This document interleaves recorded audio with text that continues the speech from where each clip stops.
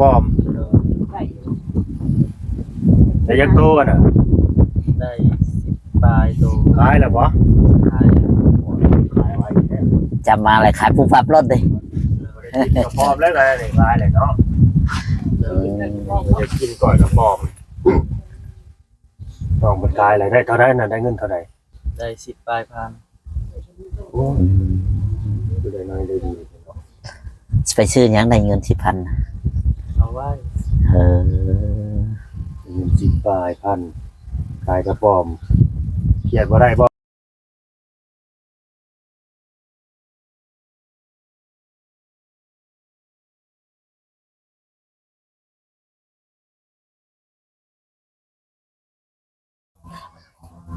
สวัสดีและสบายดีพ่อแม่พี่น้อง FC ที่หักแพงบ่ว่า FC พังลาวพังไทยแล้วก็ต่างประเทศพี่น้องเนาะ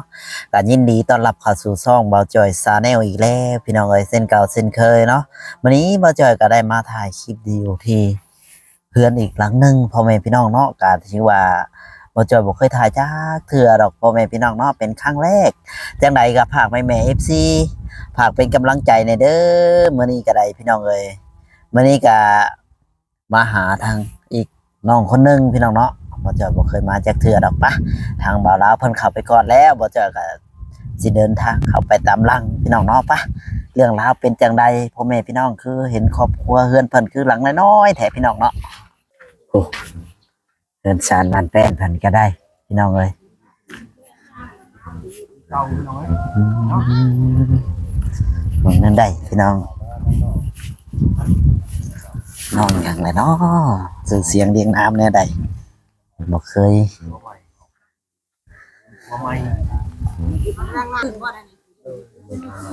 เฮือนหรือยังนี่บ่ฮอดนี่คือจังหวัดบ่ฮอดสบายดีไปทางใดมากลงมันเฮือนพันบอนนี่นะเฮือนดินางอยู่ตารางนั่นแหละยังกว้างแน่นี่ป้าเถอะยับไปอีกก็ได้เอาไปตลาดก็ได้หรือเปล่าสบายดีเนาะยับไปอีกถอยเข้าไปอีกครับน้อยนึงมันคอยดิป้าเถอะมาเมื่อใดก็บ่เจอเมื่อวานนี่รออยู่บอกเมื่อวานนี่ถ่ายอยู่ตอนไงดาวติดเรียกติดงานเนี่ยก็เลยบ่ได้มาพอมาเมื่อใดก็บ่เจอดิไปหากินยังบ่มื้อนี้ไปหายังหาเขียดไปหาเขียดดีเลยได้ลายบ่เขียดไปกลางคืนไปกลางเว้นไปกลางเว้นแต่หลายอยู่แต่เราถามใช่แต่เราเบิ่งไม่ค่าขายขายดีป่ะไม่ค่าไปแบบนี้เลยในไม้ให้ไหนโคตรพันเนาะแต่ว่ามื้อนี้สิโชคดีบ่ยักเนี่ยเมื่อวานยังบอกเมื่อวานนี่ถ่าเมื่อวานนี่ถ่าซะบ่เมื่อวานนี่บ่นัดกันนะแต่เมื่อวานเล่นนัดกันสำหรับเมื่อวานนี่ทำมา1ว่า2มื้อคาเวียติดภารกิจเร่งด่วนมาเนาะบ่ได้มา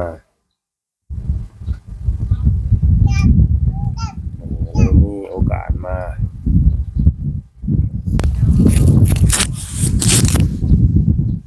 ได้คือว่านอนตื่นสวยจังมื้อนี้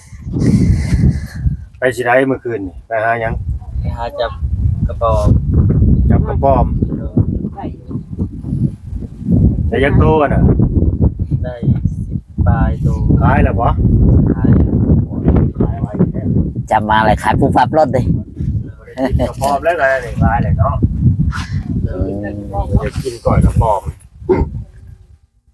ต้องมันขายอะไรได้เท่าไหร่น่ะได้เงินเท่าไหร่ได้10 ปลายพันโอ้ดูได้น้อยได้ดีไปซื้อยังได้เงิน10,000เอาไว้เเงิน10 ปลายพันขายกระป๋อมเขียนบ่ได้บ่ได้การแต่กระป๋อมนะบ่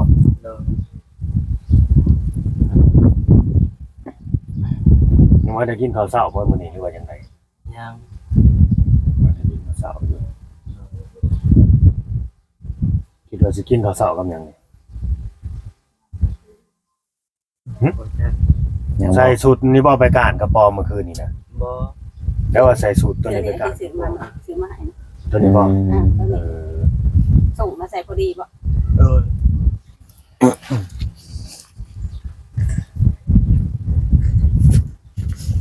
ว่าจอยอยากขึ้นเพื่อนบ่ ว่าแล้ว อันใดนี่เฮ็ดใหม่แล้วว่านี่บ่ อยากเบิ่งเฮือด เปลี่ยนใหม่จริงว่าจอยอยากเบิ่งว่าซั่นเป็นทรงเป็นตาอุ่นแล้วบ่อยู่กับเพื่อน แน่ ต้องหาวเลยต้องหาว3หาวเลย มาเมื่อไรหาวนอน ชามหาวคืนนี้จักใส่บ่ได้นอน ต่างกันตอมเบิดคือก็มาจังโมงน้องกัน 11 โมง ได้กับไผน่ะ ไปกับโมในบ้าน ได้บ่กระปอมกายเห็นบ่กระปอมกาย บางคืนก็ได้ บางคืนก็บ่ได้ กองกาเนี่ยมันต้องนอนสูงเนาะมันนอนต่ำมันต้องขึ้นสูงๆมันต้องอยู่ปลายใหม่ข้างกระปอมพอแดงกระปอมหน่อยมันอาจสินอนน้ำหัวน้ำยังนี่แหละผมใหม่แน่นอนแน่ๆ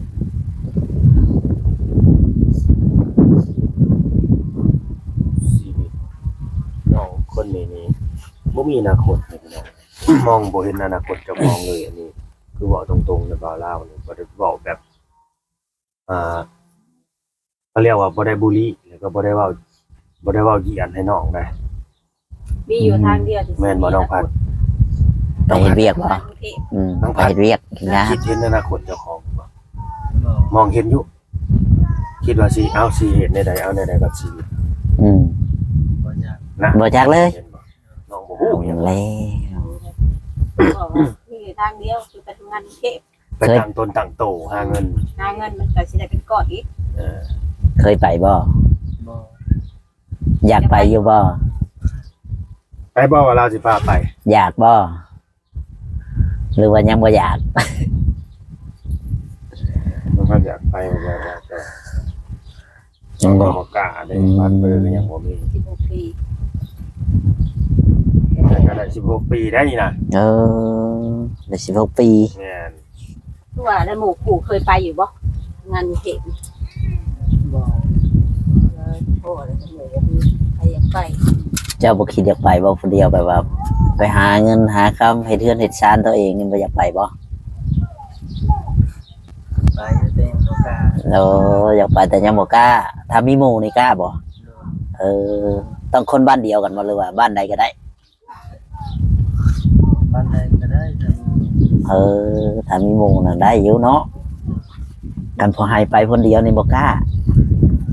ก็เคยเฮ็ดเวียกเฮ็ดงานอยู่บ่ เคยอยู่ เฮ็ดไร่ไชนานี่แหละเนาะ โดย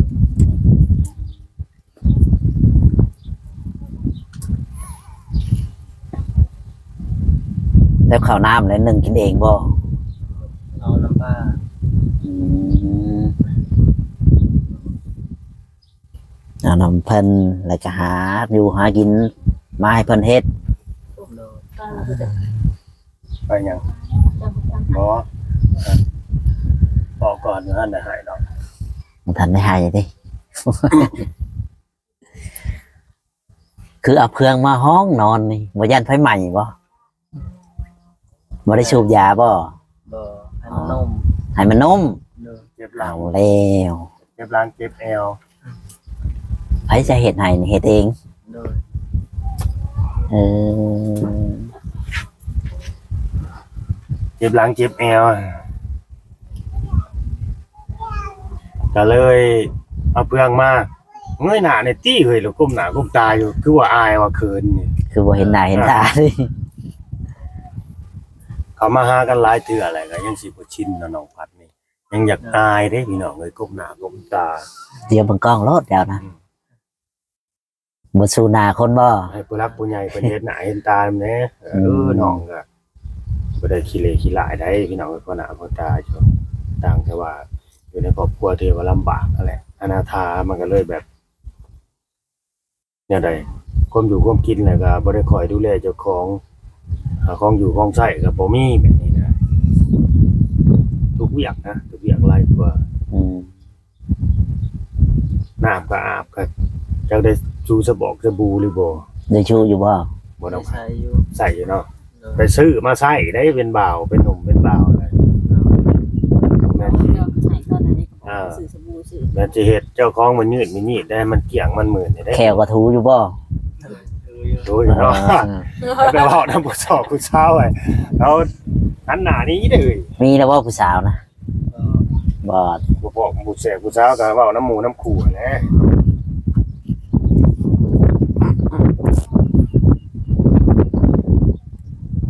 ก็ได้เงินก่อนหนึงเสียไปเฮ็ดหยังน้องพัน เงยหน้าขึ้นได้ไหม อยากซื้อโทรศัพท์ เนี่ยชื่อโทรศัพท์ เออมึงมีโทรศัพท์บ่เดี๋ยวนี้ ก็ เป็นได้จังว่าอยากได้โทรศัพท์ นี่เวลาจะเว้านะเจ้าหันหน้าขึ้นมาให้ เงยหน้าขึ้นไว้สิก้มหน้า เป็นได้คือว่าอยากได้ เออ อยากได้ อ๋อ อยากได้ อยากเบิ่ง อยากเบิ่ง โดย จักเล่นเนาะวัยรุ่นน่ะเด้ อืม มีคือหมู่ อย่าเบิ่งผู้สาวในโทรศัพท์บ่ โดย เรื่องวิชาเนี่ยก็อะไรเงินก่อนที่ก็โทรศัพท์ก็สับ โอ้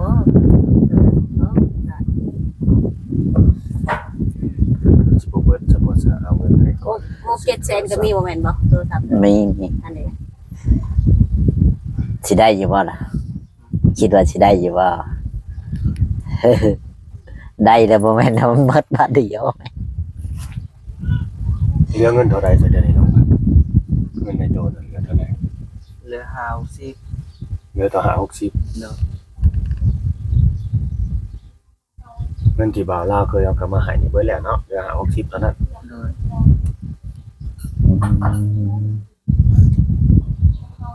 60,000พี่น้องเลย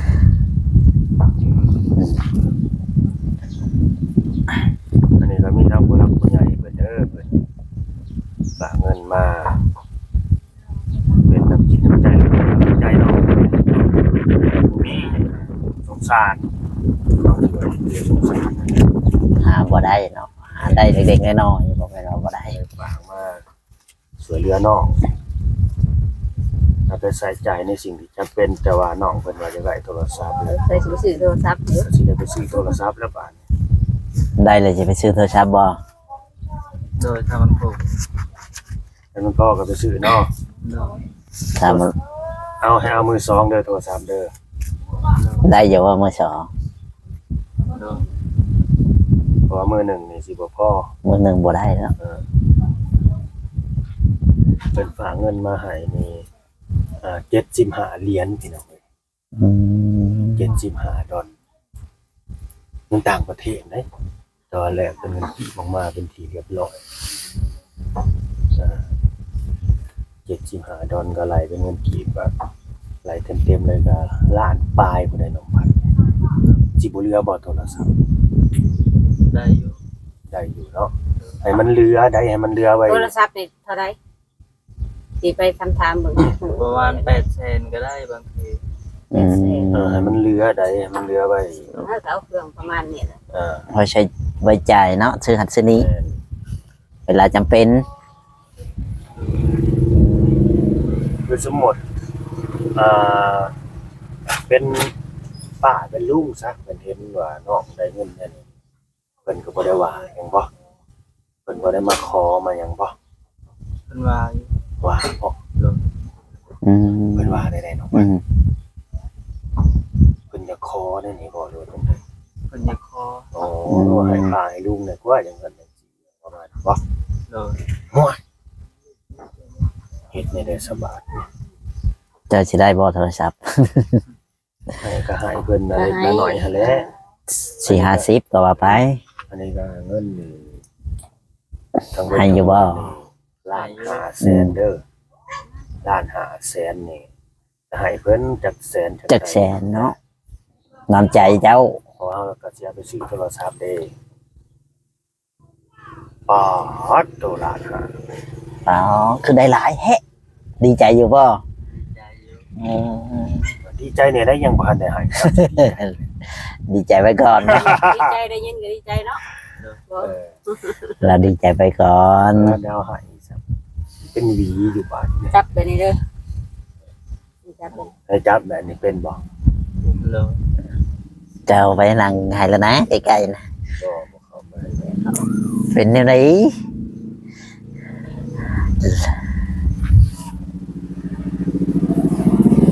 เอาไปซื้อโทรศัพท์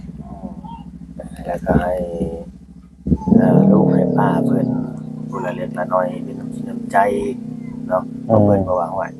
ร้านก็คือดีแท้ได้เงิน มันสมอย ได้เงินมาแล้วมีสมอยสมีอยู่อันน่ะแล้วเป็นชีว่าบ่สิทำนี้เฮาได้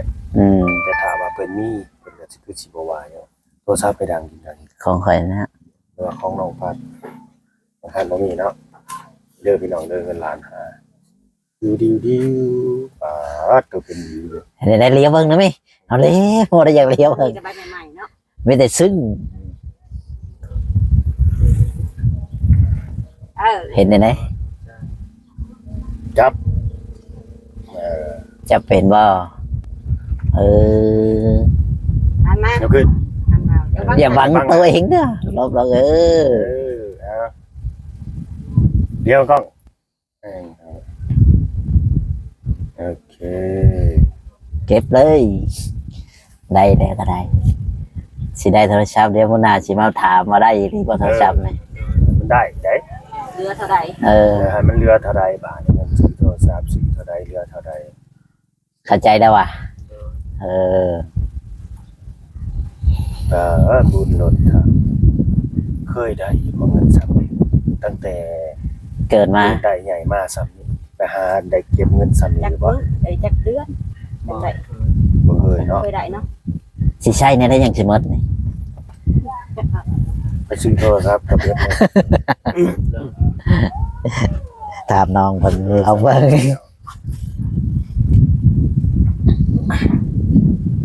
ซื้อโทรศัพท์เครื่องหนึงก็เบิดแล้ว800,000 900,000แหละ บัดนี้เงินล้านปลาย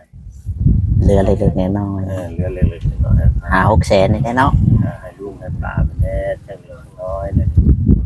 เหลือวันโทรศัพท์กับบางทีประมาณ800,000 นั่นแหละให้เอาราคาประมาณนั้นนะแล้วพอได้ใส่นะเบิ่งกระเล่นเบิ่งก่อนว่ามันลื่นมันไหลบ่มันบ่ได้ข้างได้หยังบ่เด้อ มันชื่อมาแล้วเข็ดแกแดดอยู่นี่ยังบ่ได้อยู่เว้ยไปคืนเขาบ่ได้เอาเด้ ได้เงินเด้อเอ้ย อืม ซื้อ7-8แสนก็ดี1,000 กว่าบาทนะ อืม ใครว่าดังๆเด้อ เดี๋ยวร้อยหรอกจ้ะ ของเจ้าเลยไหมมันก็นั่นก็ปล่อย ดีใจสำได้นี่ ดีใจอยู่ ดีอยู่สำได้อยู่เนี่ยจักเปอร์เซ็นต์ หลายหรือน้อยนี่นะ ดีใจหลาย เออพอจากฉันนี่ก็ว่าดีใจอยู่จังอยู่ ดีใจเนาะมาได้เปิดนั่นดังขึ้น ใครเจ้า ติด โอเคพี่น้องเอ้ยเนาะเอาน้องพัดเนี่ยขอบคุณเพิ่นรักคุณ เขาบ่เข้าใจเพิ่นแน่ค่ะ เพราะว่าคลิปนี่เขาเปิดเพลงมันถ่ายบ่ได้เลยติดลิขสิทธิ์เปิดเพลง นะ น้ำมันเพิ่น เอ้ยสมสมัย โดยสุขสมัย นายวีซ่า ไอดีซา วิซ่า วีซ่า เอาให้เพิ่นอยู่ดีมีแฮง